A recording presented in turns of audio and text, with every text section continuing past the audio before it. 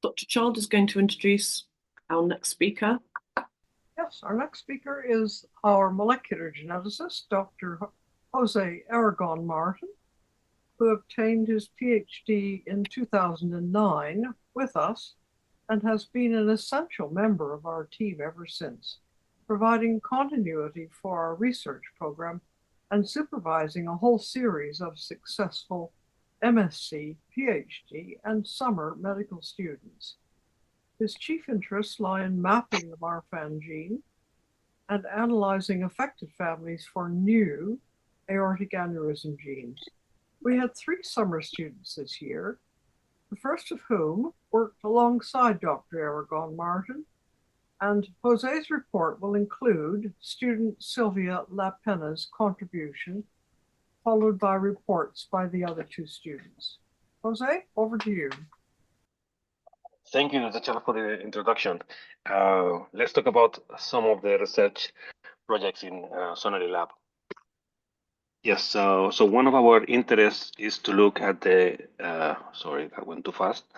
To look at the known genes like FEM1, the Marfan syndrome gene, or TGBR2, which is one of the genes for Loeys-Dietz syndrome, which are related with each other by sharing some clinical features like thoracic aortic aneurysm, but also by sharing the same path for signaling in the cell to understand better why these genes are causing the aneurysm.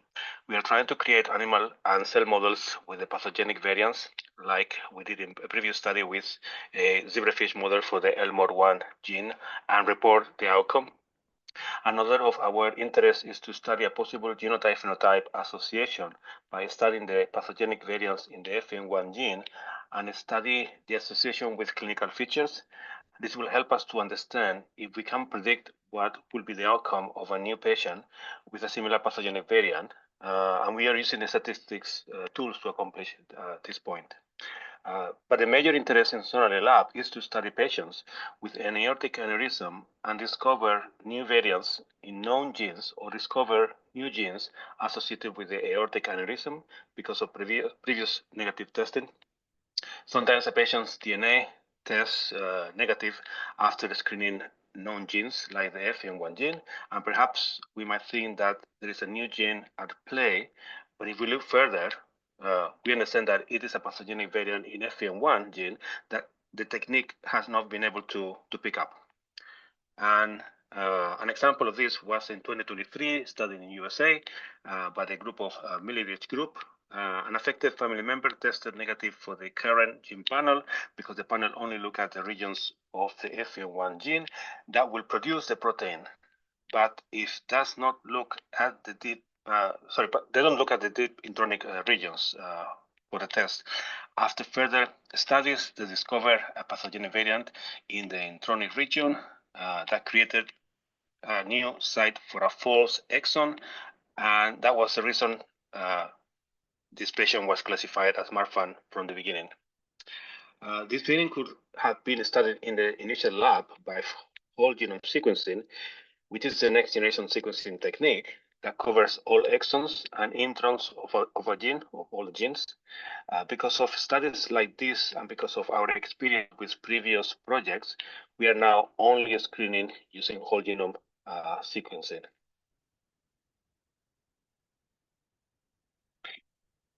But previously, we have, in one of our studies, we have applied a similar technique in 2 of our families. The technique is called whole exome sequencing. This technique only looks at the exons. And again, this is the region that produces the proteins. But instead of several genes, like in a gene panel, it looks at all the genes in the body. The data was generated back in 2014. And since then, we have moved to the most current approach, which is the whole genome sequencing.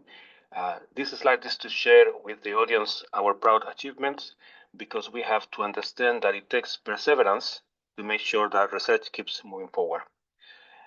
The data was generated again a few years ago, but it was quite recently published. We discovered the second gene associated with scoliosis, called the TTLL11, in 2021. with a collaboration with the University of Montreal. So we have the families, but they had the funding. A similar situation happened in the next story. We discovered another gene associated with thoracic aortic aneurysm and dissection in 2022, thanks to the generosity of collaborators at King College and other small charities like the Marfan Trust and the Roseboro Family Fund. But we were not able to publish until we found a second large family that came to our research study thanks to our useful network of collaborators. A group in the Netherlands discussed about 3 years ago with Professor Milevich in USA a variant in a gene. She probably started to smile when they said that it was called MR1 because not long ago our group was already discussing with Professor Milevich the lack of families associated with this gene in our study. She put both of us, was our group in contact, and the result was the ELMO1 being published.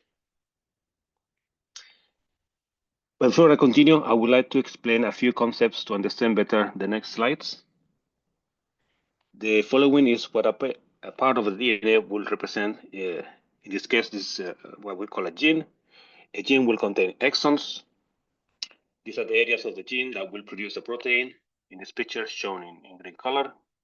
Then at the beginning of the gene, we have what is called the 5' UTR, shown in blue color, and it's used to help with the protein production. Then we have the 3' N UTR at the end of the gene, and is shown in color in red color, and also it is used to help with the protein production. And finally, whatever is left in black are the introns of the gene. And all these sections are made up of the same stuff, which is the DNA sequence. Therefore, any changes in the DNA sequence in these sections can hide the location of a protein pathogenic variant. This slide is to show you the number of families we have been working so far, and the ones that we haven't got any genetic answer yet. We started with 117 so-called families, and we have been able to explain the genetics in 26 of these families, but we are still looking for a genetic cause in 91 of them.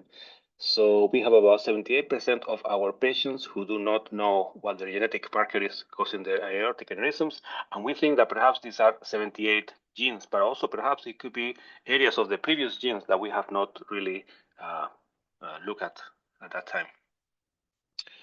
Of these 391 families, we have whole exome sequencing data in 2 HSTAT families. HSTAT stands for Hereditary Thoracic Aortic Aneurysm and Dissection. The data was again generated in 2014 at King College. And thanks to external funding, we have now 1 HEDS family screened by whole genome sequencing, funded by a collaborator in Northampton University, and 1 HEDS family is screened by whole exome sequencing, funded by the Roseboro Family Fund. HEDS stands for hypermobile Ehlers-Danios syndrome, and both conditions are related to Marfan syndrome, and that is why they are part of our research program. During the academic year 2022-2023, we were very lucky that 3 MSc students choose our research proposal at Queen Mary University of London. All proposals for the academic year was to look at all the exons in all the genes, and this will mean that they will look at only the DNA that will produce the proteins. But Salah here on the left work on the HSTAT family 1, but there's a lot of work to continue after her first attempt. There's a lot of work, actually. It takes more than 3 months. 3 months is the period that the students are normally in the lab. I work in HSTAT family 2. The only gene that was giving good results was the Griffin gene. Further research needs to be done in this gene to confirm as a valid candidate gene by the addition of more HSTAT families with variants in this gene for functional studies as well. My last communication with Professor Milevich is that they do not have any HSTAT families with the variants in the gene in their cohort. The little that has been published about this gene is not very promising, since it is not pointing to the aorta, but rather to the lens in the eye. But we will keep studying this option until we get a new direction. Sylvia worked on HEDS family 1. There's still a lot of work to be done after she finished her master course, but two promising genes, the DGKA and the SPRYD4, are being further studied now to confirm the association with one of or more members in the family. This is sorry, yes. And then we have Sanjana that works on HEDS family 2. We had a lot of collaboration. We have a lot of laboratory problems with some of these variants in this group. But one variant in gene ADCY6 and another variant in FBXL7 are quite promising. But further study needs to be done since this data has just been generated during the summer studentship from Sylvia.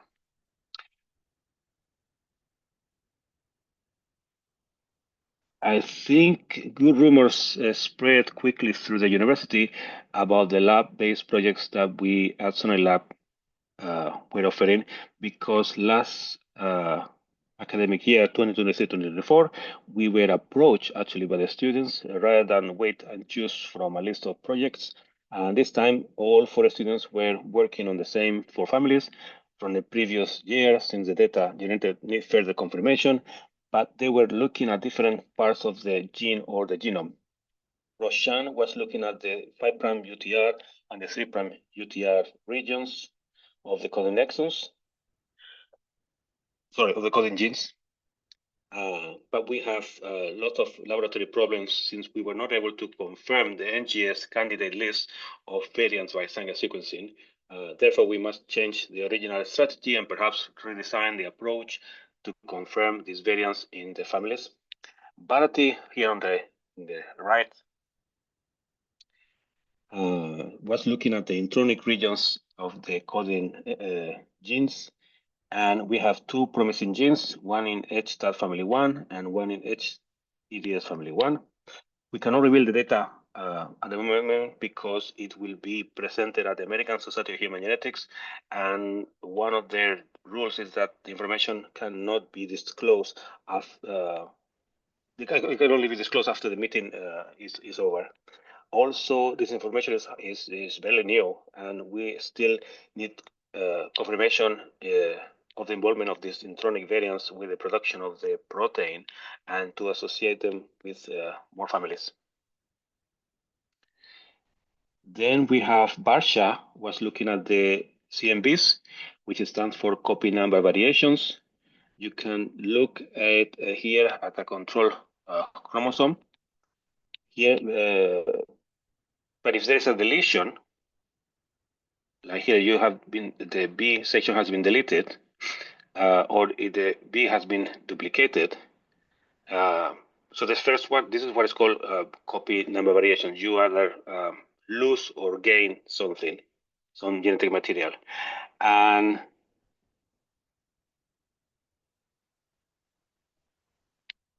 let me see. So yes, this is what is called dosage. So you can either gain a dosage or lose a dosage. This is so this dosage of the DNA can be the cause of the clinical features seen in these patients, and this is the reason this is one of the reasons to study them. She built a list of candidate variants, but the data is still under study since this project was a novel one, and it took a few weeks to master the tools that we use to generate the list of variants. Previous students were registered in a master course last year, September, but Chandana, here on the right, was registered in January of this year, 2024, and therefore she's still active in the lab, predicting to be graduated in January 2025. Chandana is currently looking at the structural variants. It's another, there's Copenhagen variations is another type of structural variance, but she's focusing on two different aspects of the Copenhagen variations. In this case, she's looking at the inversions. So in this case, you have the control which follows A, B, C, D, but now B and C has been switched in this section, which we call the inversion, or new genetic material has been inserted, and this is what is called an insertion.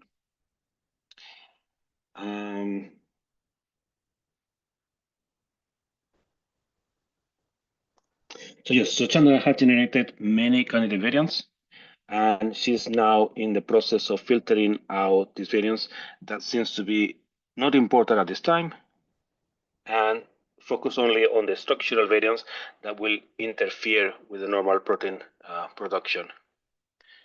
And this is just to show you Varsha's, some of the Varsha's data. You can see here the normal. So this is, you can see there's an empty space here, which is a deletion of genetic material, and normally should be around this size. And so it looks like something is missing here. So that's what we call this a deletion. And when we look at duplication, you can see again this area here is supposed to be where they're supposed to have the normal range, and anything exceeding, that's the duplication. The results from Roshan's and Bharati's studies has been accepted and will be presented at this year's American Society of Human Genetics meeting in the USA. We hope to meet with Professor Milevich if her schedule allows, to discuss current collaborations and also to network with potential future collaborators to our projects or to contribute to theirs. Sylvia also did a summer citizenship in Sonalee Lab. And before I forget, I must say thank you to Elaine Finkeltop for sponsoring her summer citizenship. Sylvia was an invaluable help in constructing HTAD family pedigrees, a skill that she developed during her master research project in our lab. It's worth noting that we still have many more pedigrees in paper-based files yet to be digitalized. She helped me to continue with other research projects that were not finished yet by designing primers for PCR and analyzing the data. It was a very extremely helpful in the lab.